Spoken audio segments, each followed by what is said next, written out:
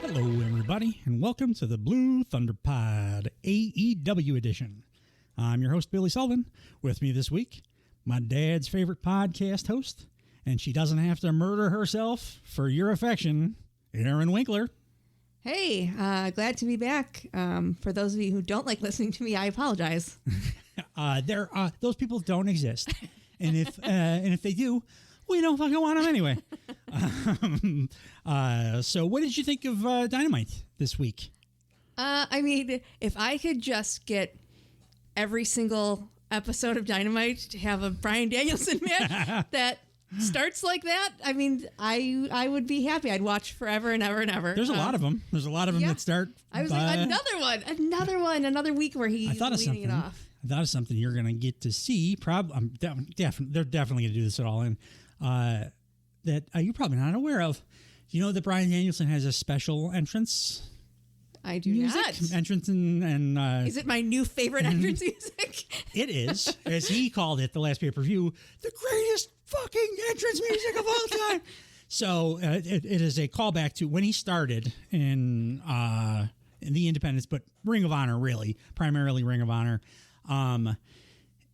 The indies, like, they don't worry about paying royalties for anything because nobody notices because it's little independent shows. So they just use real music. Yeah.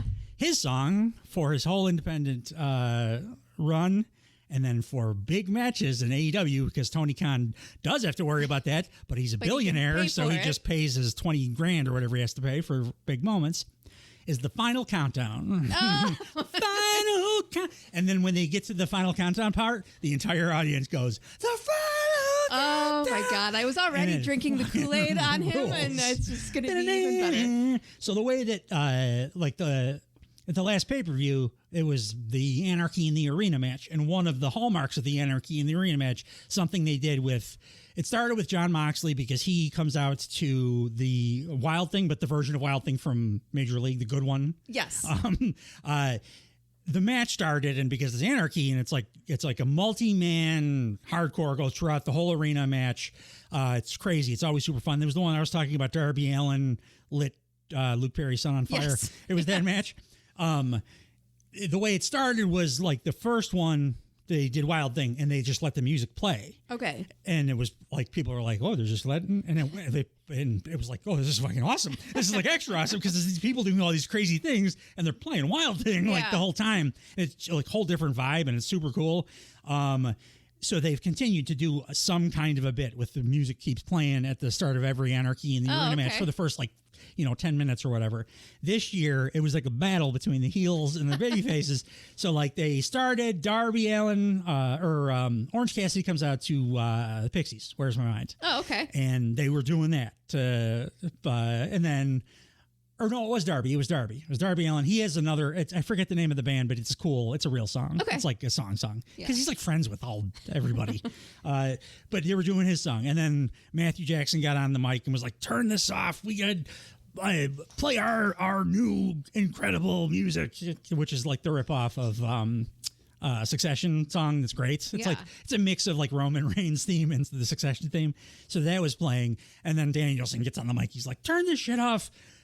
We're going to play the greatest fucking entrance music of all time. And they did the Final Countdown. Great. And then Darby Allin timed up the first, it's the final count to him. He had found his way up onto like the rafters. Oh. And as that hit, and everybody did the final, he did the, at the perfect time, because Darby Allin is maybe the greatest wrestler on earth. He's up there. Like, I'm always like, Will Ospreay is the best wrestler on earth. And then every time I watch Darby Allin wrestle, I'm like, he might be the best wrestler in the world. Like, he's incredible. Yeah. But he timed it perfectly. You got about 2 seconds of him on this show. And my only thing I didn't really like about this Dynamite was he's returning from like a long absence. He's a huge star.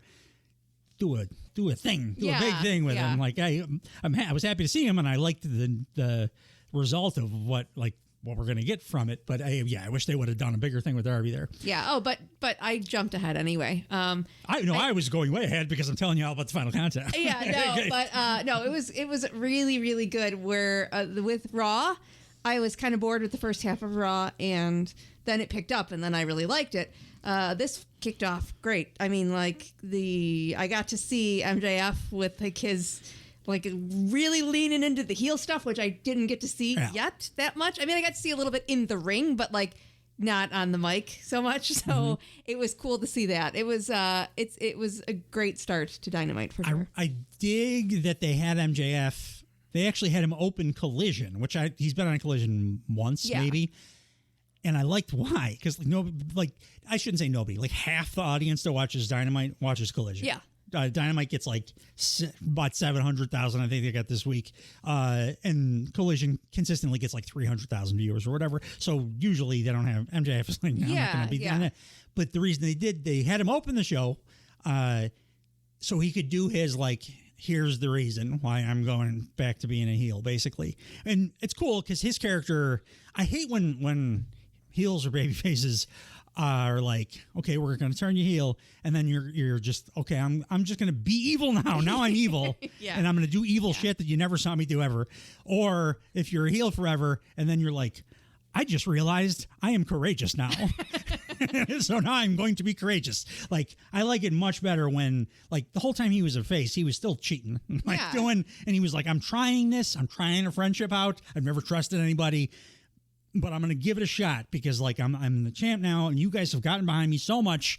I'm going to believe this. Like, I still think you're kind of in trailer park trash, but, like, I'm going to try it. And, like, that's the tone that he had the entire time he was a babyface.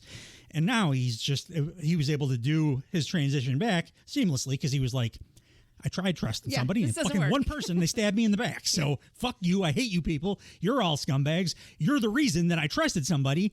And so it's your fault. So like, I'm a heel again. Yeah. But I like that they did their transition back to the heel promo that you have to do to some degree on Collision. So then they could on Dynamite open the show with, you're fucking supervillain. And we don't have to do any explanation. You're just back to being supervillain MJF. They had actually opened with, and I don't think you've seen Will Bloody Ospreay talk. I know I've seen him wrestle. A little bit.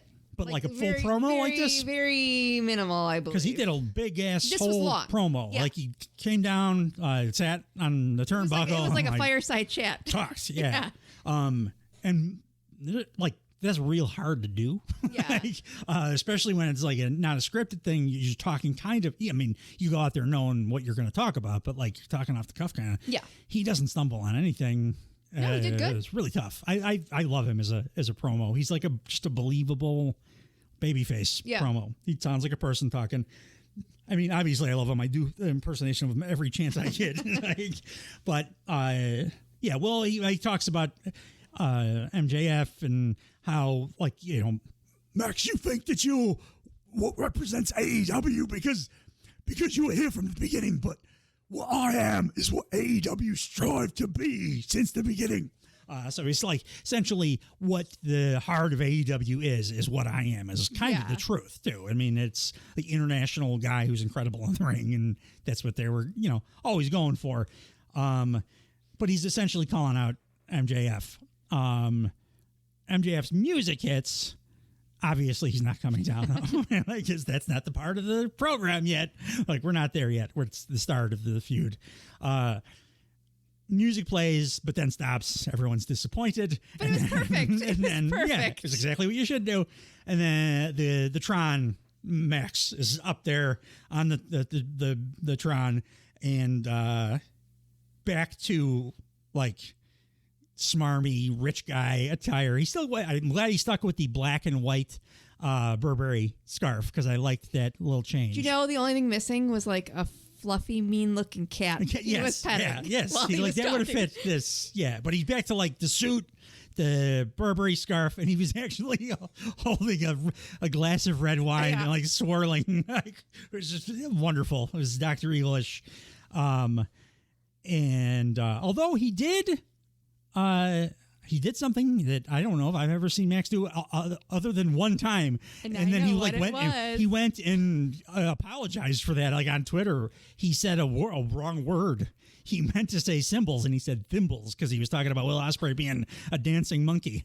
And once you're not able to clang your thimbles, he said. And I was like, Max, Although he has been out for 6 months or something, so I'll give him a break. You know what? He was so good though that like in my brain, I'm just going to retcon that they've always been thimbles. They're the thimbles, monkeys yeah, play, they're thimbles so now. that's what it is. But yeah, he was. I mean, it's MJF. It's MJF doing a promo. It wasn't like as brutal as some heel promos that he cuts, but usually, most of the time, what you know, and this could be cool too, because the gripe that the one legitimate gripe that I think some people have about MJF programs are that they play out similarly, like his heel programs. Yeah. Generally, they start kind of comedic, where he's doing goofy, like chicken shit heel kind of stuff, or he'll start with the thing like this where he's like teasing that, but I'm not in the arena though. It's like you don't deserve me to be there. Then he'll do a thing where like usually he has underlings. He doesn't at this point yet because he just turned heel, but like he has some underlings. You have to get through them. Yeah. And then he will eventually get to, like, after you do that, then he'll cut his real promo with you, usually face to face in the ring, but sometimes it'll just be him where he does the shit that he's like famous for, where it's like real biting, like, oh Jesus, don't say that. On Swerve Strickland, he was like, apparently when you to be a business mogul, I thought you had to go to business school. I guess you must have skipped out on your public speaking class because Swerve's not awesome on the mic. Right. So I was like, oh man, that's freaking mean, Max. Don't do that shit. But he'll get to that then, and then he'll do something horrible. Like he'll bloody you, do something to your family, something like that. Yeah. And then we get the match.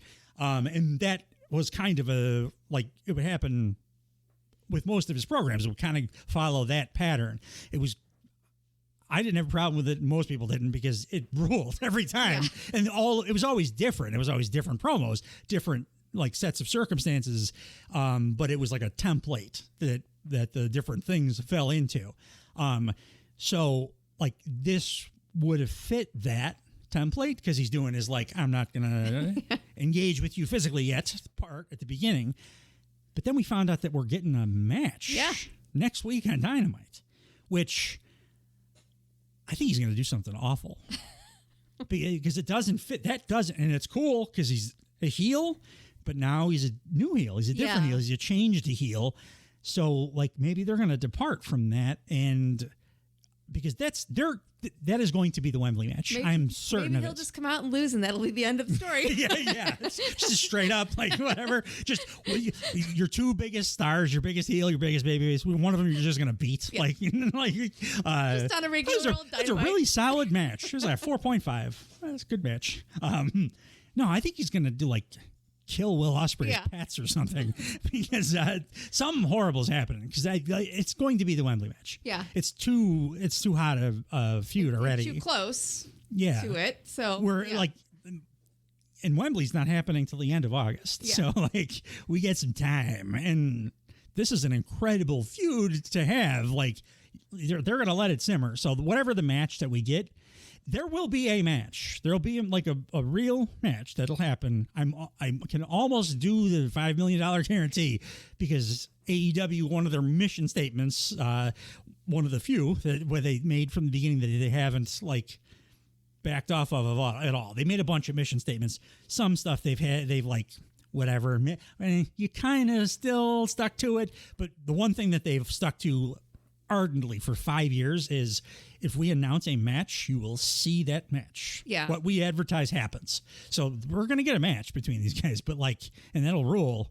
And they're not afraid to do a match and then just like run it back at the pay-per-view, because they'll just do a better one at the pay-per-view. Yeah. Like it'll be great. And then it'll be, holy shit, that's what they can do, really? Like at the pay-per-view. And they've done it a bunch of times. I mean, his last big feud was the Adam Cole, and they had a Dynamite match. It was like a 5-star match. And then they had their other match was at Wembley later, and that was like the best match at Wembley. Yeah. So like we'll get a match, which I'm very excited about, because I know that we're going to get a real match between these two, and they're like incredible. And you haven't seen Max do his thing in the ring really yet. Although I am going to, now that you're super fan number one for Bryan Danielson, I'm today I'll give you the maybe my favorite MJF match was their Danielson and MJF had a 60-minute, naturally, actually 65-minute Iron Man match.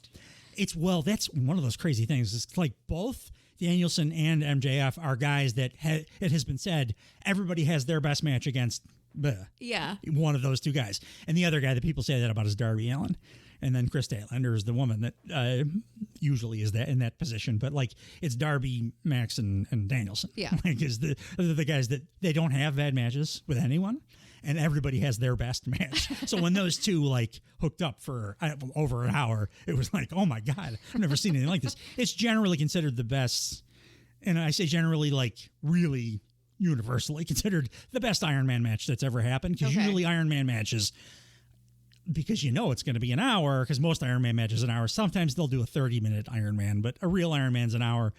You got to start out like real slow plotting, doing a lot of rest holds and stuff for like 20 minutes. I have to take breaks if I watch TV for an hour. These two fuckers like went 1,000 miles an hour. Like Max in character was trying to take breaks, but in the story, but like in reality was not. Right. They were just going 1,000 miles an hour for over an hour. It was incredible. I've never seen anything like it.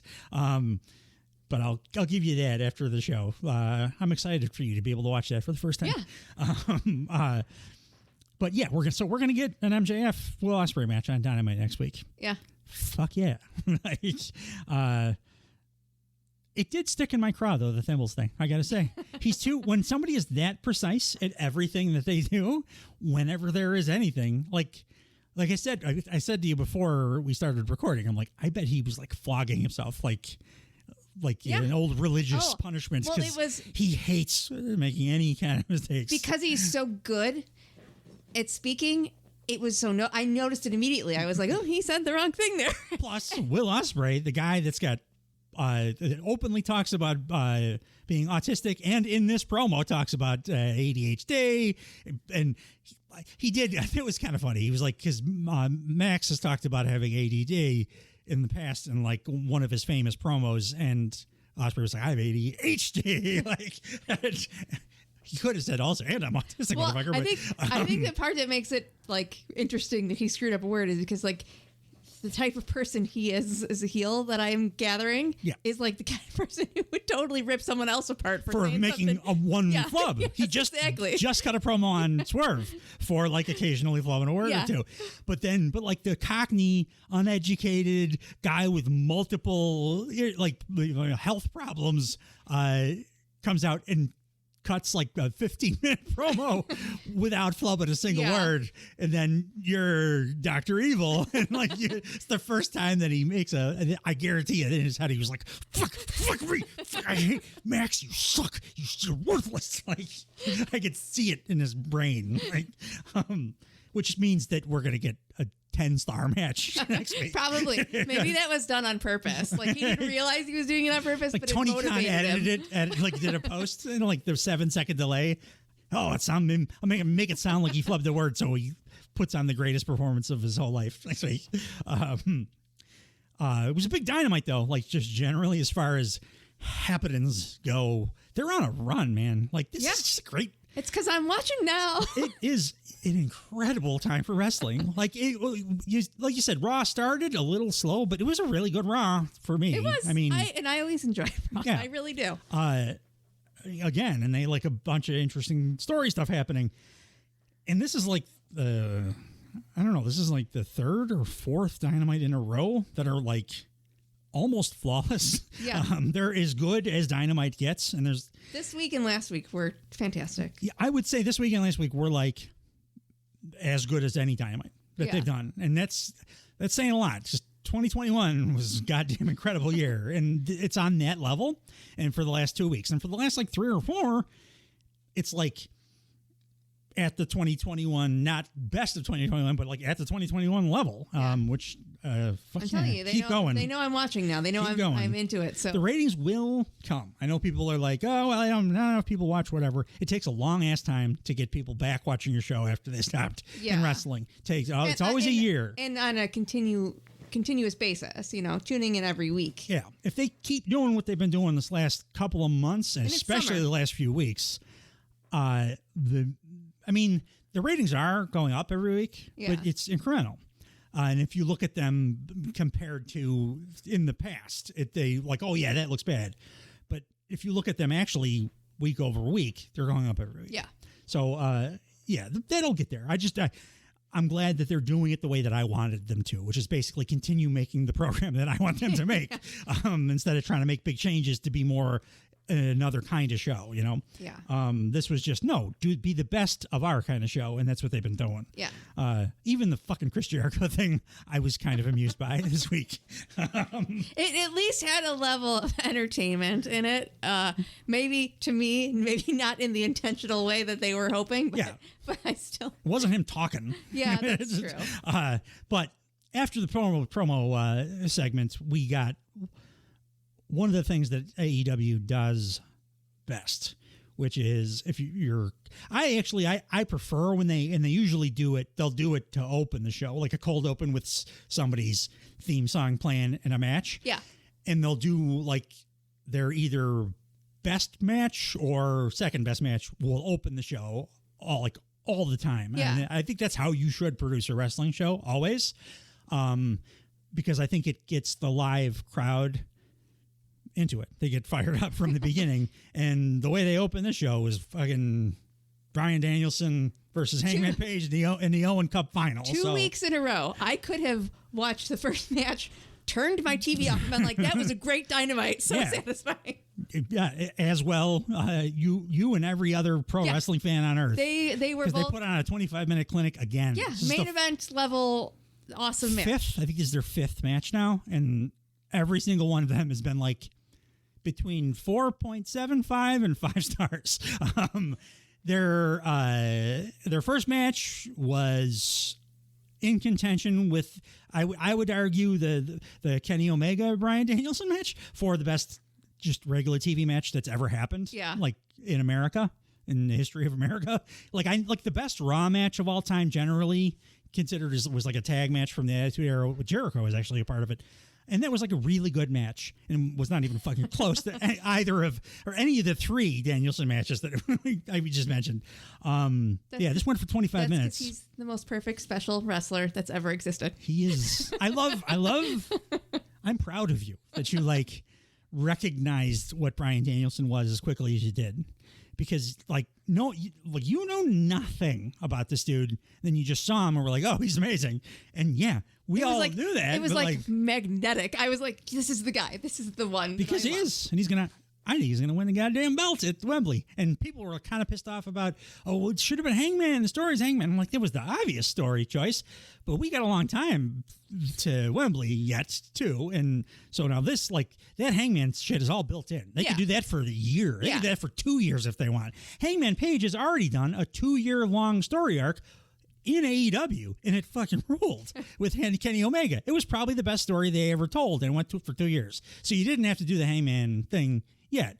So Bryan Danielson won this match, which I had a feeling they were going to do this because he's given up what he calls full-time wrestling. He's not. Every time he says it, and then somebody follows up off air with an interview question, he's like, "Well, I'm not quitting wrestling."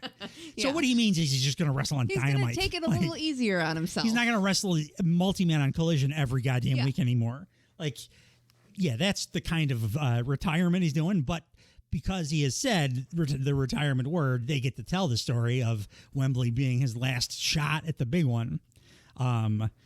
And we'll talk about the match itself. Don't worry. But what I think they're going to probably do is have him win at Wembley, get his big moment in front of the big crowd, and then I can retire from watching wrestling, and I will be happy.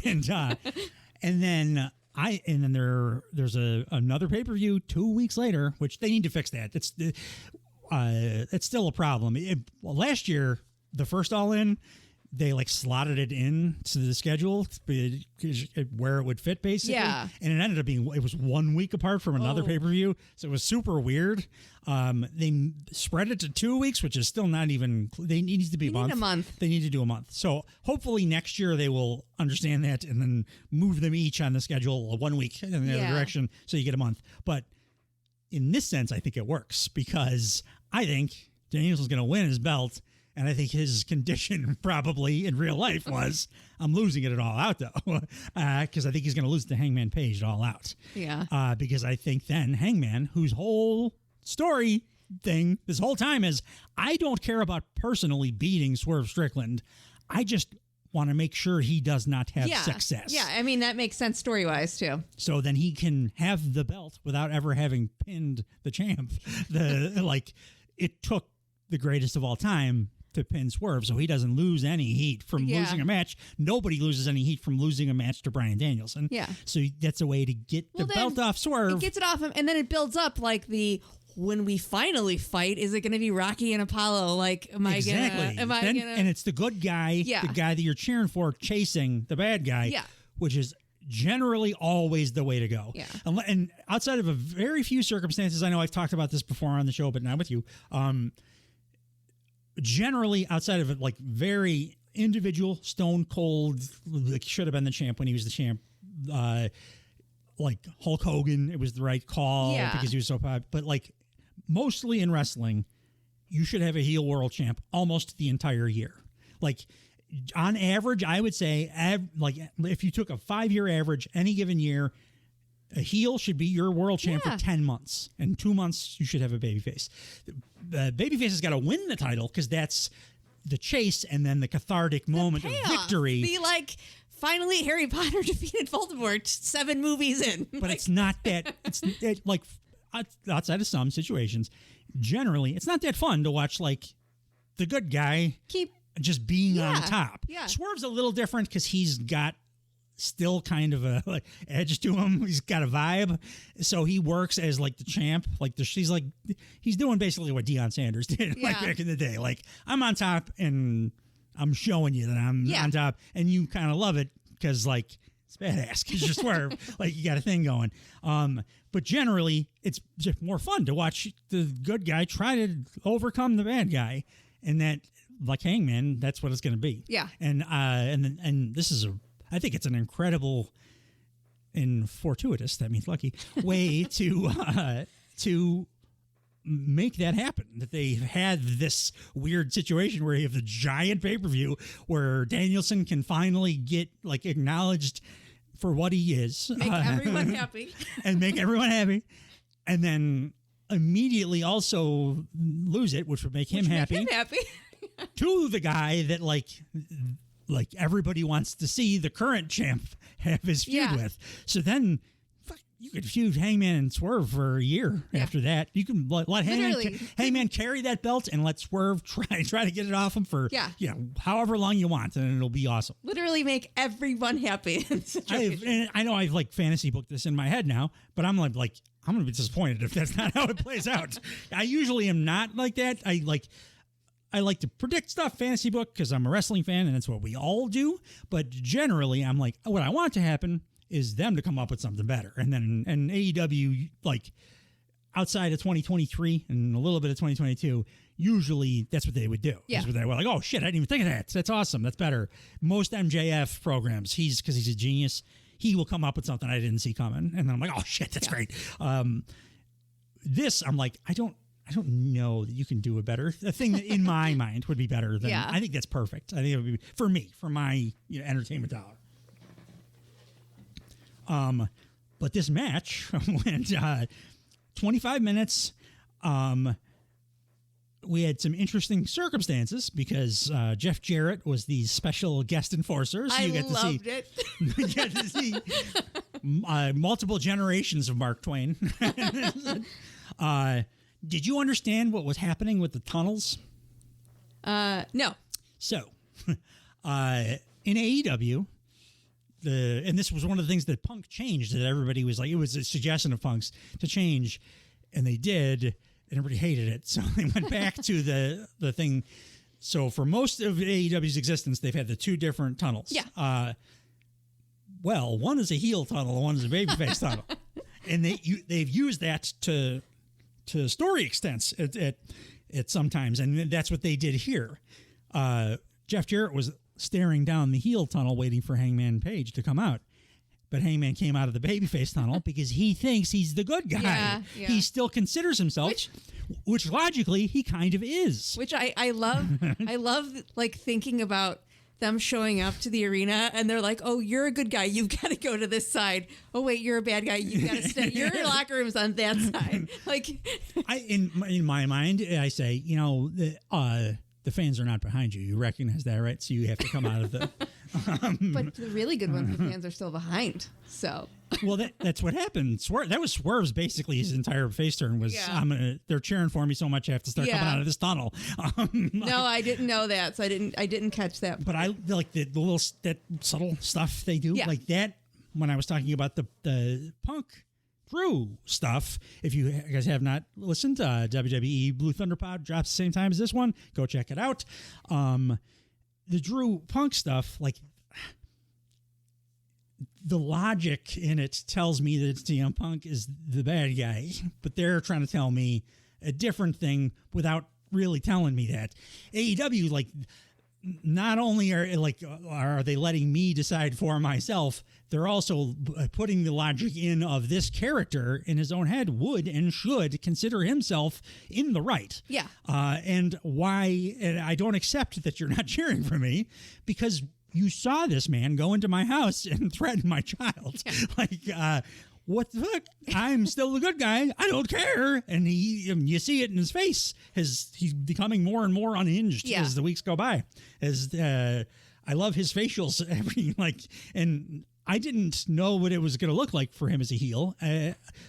But it's incredible. It's incredible. And it's completely different than anything I've ever seen him do before. And he's pulling off, it's real hard to pull off crazy without coming off goofy or over the top. Over the top stuff. Yeah. He feels to me, I may be different for you, but to me, he feels like legitimately like I'm losing my grip on things. Yeah.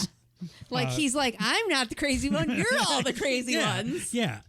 And like match wise, it was stellar. It was a Danielson Hangman match, man. It was just, what else? They can't have anything but an amazing goddamn match. And I LOL'd in real life when Jeff Jarrett revealed the referee shirt. I love the tiny little ref shirt under the ref. Yeah, there was a ref bump. So Paul Turner got knocked out.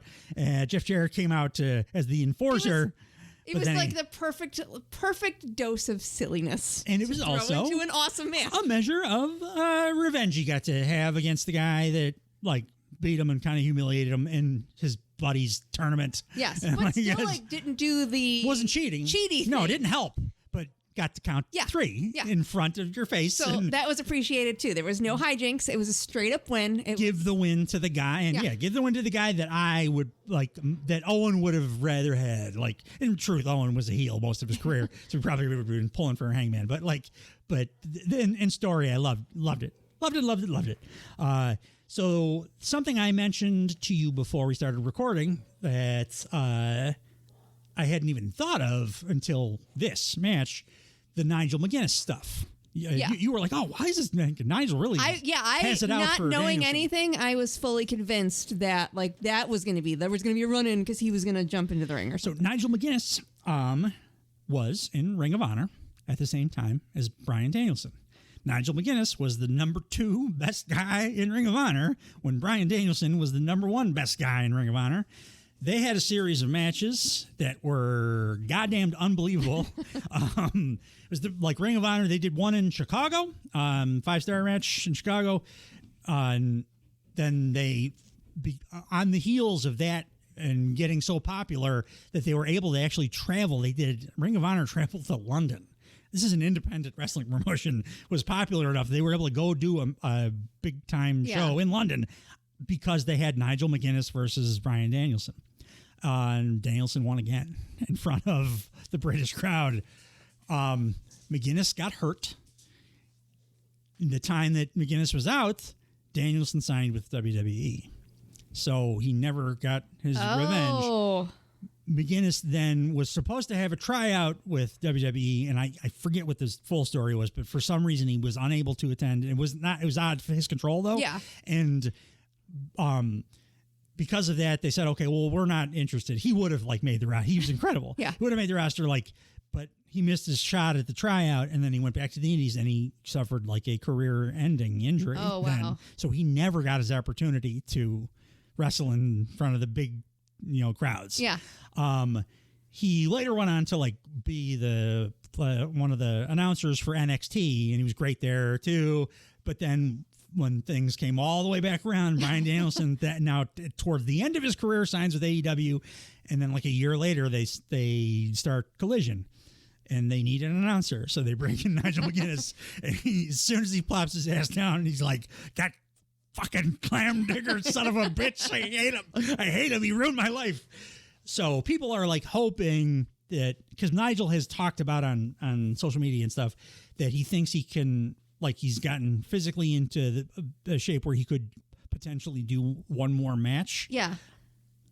I don't want to get my hopes up, because it was a career-ending injury. Yeah. But Bryan Danielson also suffered a career-ending injury at one point, was out for 2 years or something, and he came back. Edge was supposed to be retired, and with a career-ending injury, he came back. So there's a chance, and I think they are eventually building towards that, so that's why they're continuing to do that. And if there's a guy who clearly like can meet you where you are in the ring, it's him, and he can wrestle. Yeah. He can make it look good while also like not killing him. And if McGuinness is never able to actually, like, it's too dangerous for him or whatever, then you just have Bobby. It's a Bobby Heenan Hulk Hogan situation where a guy hates the other guy, and it's awesome. So yeah, I love that Nigel was able to be there. I actually wonder if they continued the story was that Taz was still banned from announcing this Dynamite because of Chris Jericho. So stupid. I don't know. It was dumb. So but if the reason was because they wanted to have Nigel Harper. Oh, because the other thing was the end of the show. So Nigel McGuinness, one of his other character things he does as an announcer is he is absolutely like stone cold in love with Tony Storm and Mariah May. Okay. And is not constantly like fawning over them, and also talking about how they to each other are like the purest representation of human love and affection towards, familial love towards one another. So that, like, his two big things were the bookends of the show. So we only needed a stupid Chris Jericho storyline to get us there. Yeah. So I could put up with Jericho if it gets me Nigel McGuinness for the opening match and for the thing that happened at the end of the show. But yeah, so Nigel was apoplectic about Danielson winning and getting his shot in England. Yeah. His big moment in the UK, Nigel's home country. It was perfect. It was perfect that Nigel was on commentary for this. And I love that it's Danielson. I love it for a zillion different reasons. I might show up to your house to watch All In with my hair now shaved in little braids in a nice homage to Bryan Danielson. He does change it up, though, so you don't want to do it. You know me, I'll change my hair up, too. Yeah. You have to change it like here. We'd have to cut it. True. I would do it. I would do it for you. It was just like, come on. You're going to open your show with... I know. It was great. First, Will Bloody Ospreay and MJF in a promo battle, and then a goddamn Danielson Hangman match. Perfect. Loved it. The next thing was I have a saying that I've used many times on this program. In one direction, I'm going to say it in the other way now. We got our dessert first. Now we got to eat our vegetables. we got our Learning Tree Chris Jericho segment that was my favorite Chris Jericho segment in several weeks because he didn't talk and Samoa Joe was involved. But then when I found out after the show, made me sad and made me dislike the segment a little bit more. Oh no! What was it? Not sad. Not that sad. It's not a real bad thing. It's just not like Roman Reigns something getting booed for 10 years. No, sad? Okay. no. This was just like, somebody I like's not going to be around for a little while. Oh, I think I know. Samoa Joe's got a day job. Samoa Joe plays Sweet Tooth on a show.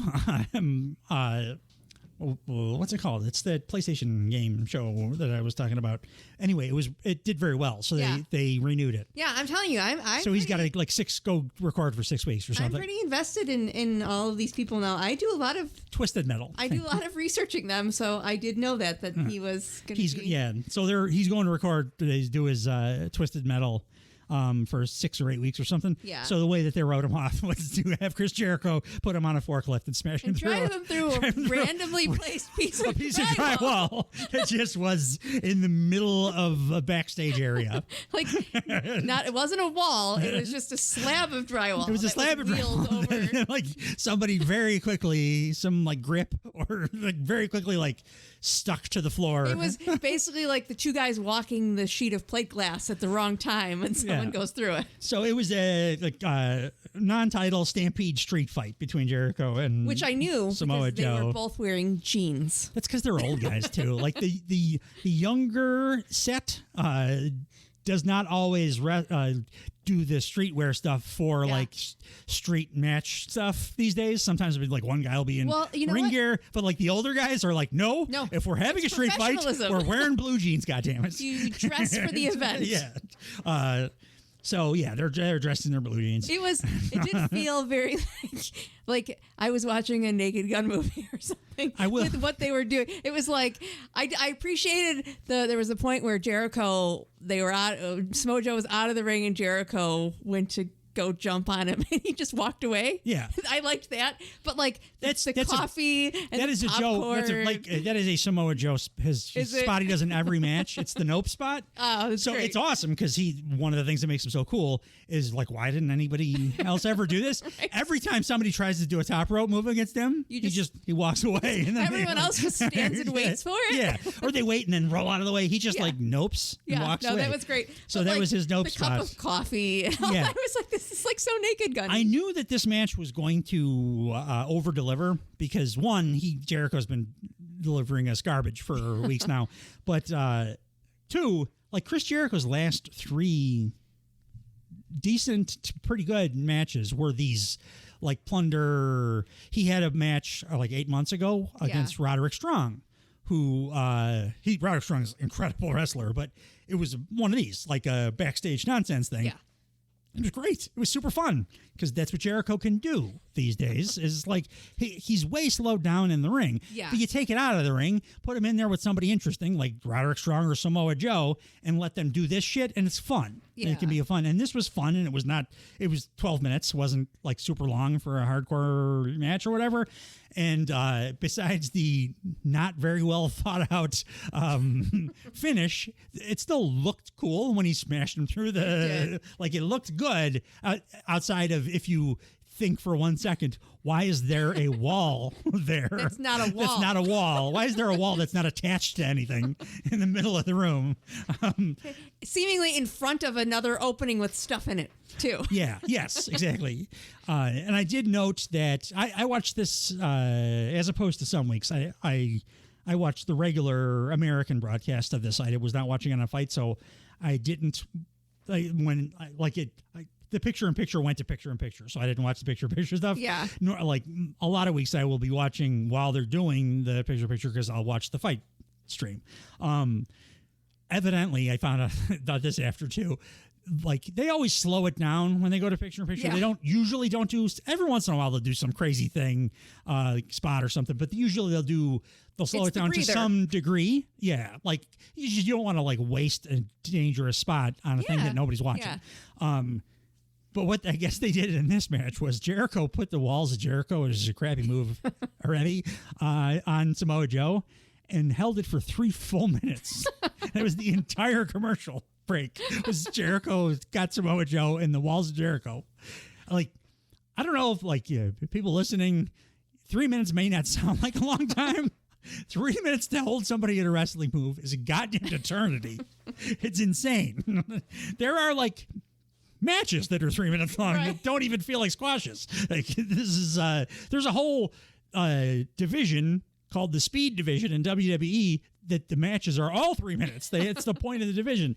This was Jericho holding Samoa Joe in a single bad move for 3 minutes. So I'm glad I didn't see that. I wonder if they were like having a conversation while that was happening. I can't believe Joe let that happen, even because he's like usually so. I know it's a commercial break, so he's probably like, all right, fine, we'll do. Like talking, like catching up, talking about like the latest episode of television that they both watched. Yeah. But yeah, so we're gonna. Unfortunately, the best thing about this fucking tree of woe, the learning tree, Jericho bullshit, for me has been the creation of the Samoa Joe Hook Shibata stable, which or trio, which I've loved, and now that's going away for however long Joe is filming for. So that's a bummer. But this was a fun way to write him off TV, and it's.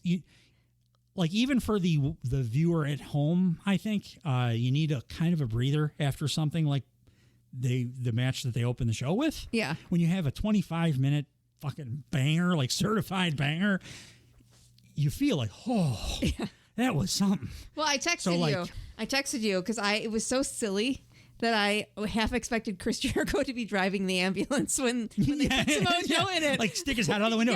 Yeah, exactly. Like, that's what that match felt like. So you're right, though. It was kind of like, I won't say like a palate cleanser because that you don't need a palate cleanser. Yeah, you need a breather. But you needed something. You need a breather. Like something that you're not so emotionally invested in, especially when you consider how the show was going to end. Right. So if you're going to do two big emotional things, bookend them on, put them far apart from each other on the show. So you're not like emotionally exhausted and not unable to like fully comprehend what you're seeing when they do what they did at the end of the show. So this was like fun for that. Yeah. Unfortunately, this means that we're going to get fucking like another learning tree 18-minute talking segment next week right after Will Ospreay and MJF open the show. So we're going to get another 5-star opener and Jericho again, but it won't be a hardcore match against Samoa Joe this time. So it will absolutely be worse next week. Which that's you know what they should have done? They should have thrown Samoa Joe in the back of a ice cream truck, because that's his character, Sweet Tooth. He drives around an ice cream truck. He's an evil clown that drives an ice cream truck, like evil ice cream truck. So throw him in the back of an ice cream truck. And then Jericho could put on a stupid painmaker. That was his character in Japan that everybody fucking cringes about when he put a face paint on, and I'm the painmaker now. And everybody's like, no, you're not. Stop that. We've been watching you for 30 years. You're not the painmaker. Yeah, do that, and like you drive off. Drive away, and then you do that thing where you just don't even talk about where. And then Jericho's gone for a year. They just are like, gone. Like Jericho and Joe can both be Joe gone. can do his thing, and nobody mentions it again until like a few months later when he's back, and you're like, oh wait, yeah, he was gone. What and then we happened can all forget that Chris Jericho's there, and then he can come back in 2026 or something. So that would have been the perfect. Like my headcanon booked way of what's going on with Hangman and Danielson and the world title. Now that I wish that like that would have happened with this, because then Jericho could be gone for 2 years. Now that I'm watching again, my headcanon is that Jericho is still 20 years ago, back when I thought he was awesome, and none of this last couple of weeks has existed. Your headcanon and Chris Jericho's headcanon, coincidentally, are right in the same place. So what do we get next? The four-way. The awesome four-way match with your boy Pac. My note, I like Pac. Exclamation point. I like him. You got to hear his weird ass Geordie accent too. I did. Because he talked after this match. Pac, his goofy ass Geordie accent, where every fifth word I'm like, is that English? Right. I think you said a word that wasn't English. I don't know what he said, honestly. It was Pac. He won the four-way against Claudio Castagnoli, Coyle Fletcher, because he is from Australia. So I always call him Coyle Fletcher. He's awesome. Kyle Fletcher's like, if Will Ospreay was 5 years younger and 6'3" or 6'4". Actually, Don Callis always says 6'5". He may be 6'5", but I think he's 6'4", which is insane for a guy that wrestles like that. Yeah. Jesus. Our show mascot, Rocky, just farted on me, and it's awful. I hope you people appreciate what I do for you. And then the last guy was Tomohiro Ishii, who is actually a very veteran some would say old, NJPW guy who I found out again after the show that he's actually, he has done like one-offs for AEW because they do like a talent exchange thing where the guys will come over for, but he's actually doing a run, like a full run in AEW. He's going to be here for the rest of the summer. Oh, okay. So which is good because when it's just a one-off, they're never going to win any matches. Yeah. But and Ishii is great. And if he's going to be here for like a good while now, that means he can win some matches. So there'll be some, when he's in matches, I won't be like, oh, I know who's going to win or at least who's definitely going to lose. So that'll be nice to see for a change. He also, I forget who it was, but it looked like he almost murdered somebody with a brain buster he did in this match. Yeah, he's awesome. Yeah, he's the Stone Pitbull in New Japan. And I think it's a really great nickname for him because he looks like a Pitbull. But Pac got the win in this 4-way, and they're doing something with him. They're starting some kind of program with him because I like him. Yeah, because he's back. He rolls. He's just incredible. He got to talk though. For a change. He very rarely does because nobody can understand what the hell he's talking. Even other British people are like, what the fuck are you talking about? He should lean into that. He should just talk and everyone should be like, what did he say? I listened to another podcast that is British based called What Culture? I'm not advertising for somebody else. They're a huge popular podcast. Yeah. But they are often I don't know what the hell this sheep herder guy's talking about. Go with it. Go with nobody have him come talk to somebody and then he walks away and they're like, what, did you understand what he said? I didn't. Yeah. This was the international title number 1 contender. That is what. That's right. So, I think I think Ospreay's going to lose the international title. I think the MJF feud is not going to end up being for that belt because I don't think MJF would want in character or probably even in real life would want the secondary belts. Yeah, even if it was because he was like, no, it's the Triple B baby or nothing else. The big Burberry belt is why it was the Triple B because he changed the title, the world title, to have the Burberry. Yeah. It would be that character wouldn't make sense for him to want that. So I think that's the way they're going to do it. I think Pac's going to win that title. Yeah. Which is all right. That means Pac will Ospreay. Cool. I'll watch that. Yeah, that might be a okay way to pass an afternoon. The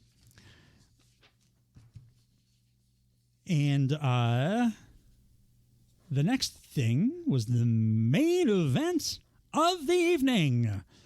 The Owen Hart Foundation 2024 Women's Tournament Final. Mariah May, accompanied by Luther and Tony Storm. Poor Luther. He did nothing wrong. Against Willow Nightingale in a very good match. Willow was wearing, did you notice her attire? I think I did, but I didn't. It was something that you could have noticed. It would make sense for you to be, I see, I know what that is. She was wearing Owen Hart's gear, his gear for most of his time in WWE. They just had a banger of a match. They're both really good, hard-hitting wrestlers. And it's Willow. I love Willow. But the story of this match is not the match. That was the appetizer before the entree. Really good match. Mariah won clean. She did. I should mention the one spot. She did that. She does this headbutt rules, and it was a very specifically awesome one, a very pronounced, specifically awesome one that she did in this match. I think I noticed it because I think I thought that looks damaging. That's why I'm mentioning it because it was one of those oh fuck. It was just a really well timed, and she made the crack noise at the right time. So she wins, and they shake hands. They all live happily ever after. Willow and Mariah shake hands because they're both baby faces, and we're all here to just celebrate competition together. And she's so proud of her the winner protege. And her and Tony Storm is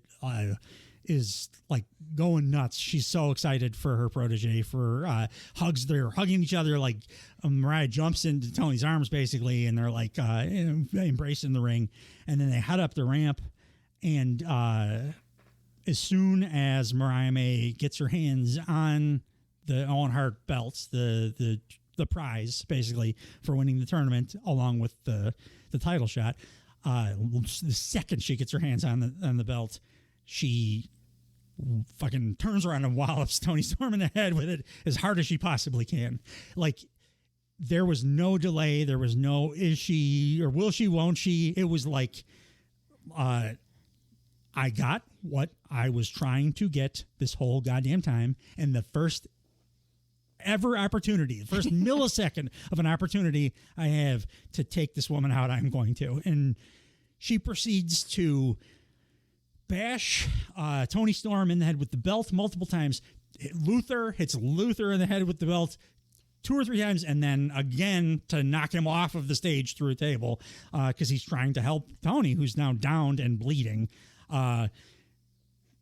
Turns to bleeding profusely as Mariah May whips Tony with this big ass heavy. It's a championship wrestling belt, and I've never seen somebody use it like this. She's whipping Tony. She's down to Tony Storm on the ground. At which point Mariah May grabs, so they're up on the stage, and Mariah May grabs Tony Storm by the hair, and she's on her knees, and Mariah is like standing above her, like crying, and Tony is wailing. Like Tony Storm's performance here, cannot go unnoted. I think it was the most important part of this entire segment. It was like a lot of people online, discourse, whatever, are talking about this, like, oh, it's one of the greatest heel turns I've ever seen. She was so brutal. Mariah's so brutal, because she was very brutal. But what made it feel more brutal than any of the stuff Mariah was doing, which was all great, was Tony Storm. Was like, I am so hurt, but I'm so heartbroken now, because she's been just steadily. She was, because her character, Tony Storm's character, was like kind of crazy, but also very aloof and not attached to anyone. Yeah. And over the last several weeks, she has been, week over week, and I've been talking about it on the show, week over week, becoming and feeling more motherly towards Mariah May. And it's the first person that she's like treated like a human, and then to the point where she is like calling her basically her daughter, embracing her all the time, doing everything she can for her, including getting her into this tournament, which obviously was Mariah May's plan from day one. Yeah. So now a crying Tony Storm is on her knees, bleeding like a stuck pig, like blood all over the place. Mariah May, in Tony Storm's thing, watch for the shoe, Mariah May takes Tony Storm's high heel shoe and starts driving it into the wound on Tony's head and bashing her in the head with the heel into the face. Heel into the face of the, how's that for of the symbolism? baby face. Yeah, so this was a incredible way to close the show out. Everybody was like, we know it's gonna happen. They're gonna have to turn on each other because they're gonna have the match probably, whatever. Like, but it'll play out in something. And nobody saw this shit coming. Yeah. Like, nobody saw it like immediately, and it makes more sense than any other thing would. Because Mariah May's been planning this shit out from day one. It's been bullshit. She's been gaslighting her from the day she got into the company. And she came into the company, the first thing she said on air when they showed Mariah May's face was, I'm here because of Tony Storm, because she came from Stardom where I came from, and I just adore her and I want to be her understudy. And this has all been the plan from day one. It was all a ruse. Incredible long-term storytelling. How long ago did they pair up? Mariah May has been in the company for 6 months or something. Oh, wow. So this is definitely a slow burn. Day one. It was the first thing she said on air. Like, first time I saw her face was, Tony Storm is my hero and I need to be her understudy. Oh, wow. I love it so much. And Tony, I love Mariah May as a performer, but I so fucking badly as a viewer of art need to see Tony Storm fucking beat the shit out of this woman now, because Tony Storm rolls, and she was like she did such a wonderful job of selling this like heartbreak, this assassination that got done to her. And now, like, after the aftermath, people are posting little nuggets that they have like on Dynamites and Collisions. Like, in hindsight, these are Easter eggs. These are Easter eggs. Yeah. And it's my favorite, very favorite thing AEW does is when they do this. And it's real hard to do. Tell a story for several months. And when the thing happens, the main thing happens, you can go back and find all the shit that you didn't know. It was subtle enough that it didn't telegraph everything that was going to come. Like when a movie has a twist at the end, and then you can go back and watch the movie again with the context, and it's a different movie. When AEW is doing the best things that they can do, that's what they're doing, and that's what this is. Gotcha. And it's incredible. I know that like the match was the best thing on the show for you. I think this was the best thing on the show for me, just because I've seen Bryan Danielson and Hangman Page have 5-star matches before. I've never seen something like this out of a women's division in American wrestling. What did you think of it? I thought it was great. I thought it was a great show from top to bottom, pretty much. Like I said, even the Jericho thing was like silly enough.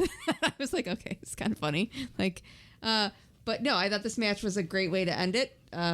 You had kind of filled me in on sort of the direction that this was heading, and everybody knew something was going to happen, but not really how or what. Just that they were going to end up at odds with each other. It was a very bloody Dynamite. Yes, it was. They like to bleed on AEW programming, and I like watching wrestlers bleed. It adds to me. It adds a lot to a match. Well, I don't like death matches necessarily, but I love blood. I said earlier, like I could have turned off Dynamite after the Danielson match and been like, I'm totally satisfied. But I'm glad I didn't turn it off. Yes. Because it kept getting, you know what? That's up. Good way to, in the future, get your viewers to watch all the way through too. You bookend your show with as good a match as you can possibly have, and then as good an angle as you could possibly do. You should, because I watched Raw because I'm coming on to this podcast and talking about it, but Raw started out boring for me, and I maybe would have just turned it off. Yeah, it wasn't like I'm not recording a podcast. I would not have turned off Dynamite because it started so great, and then I'm like, well, is this going to like totally fizzle out, or like what's going to happen? Yeah. So I stayed with it. I think they should always start a show with a really good match and end it with a really good match and do all the silly, goofy stuff in between. And as long as both shows are trying as hard as they are, because both shows are trying as hard as they can right now, they're both just going to get better because competition breeds better programming. Yeah. It just does. This week ruled in wrestling.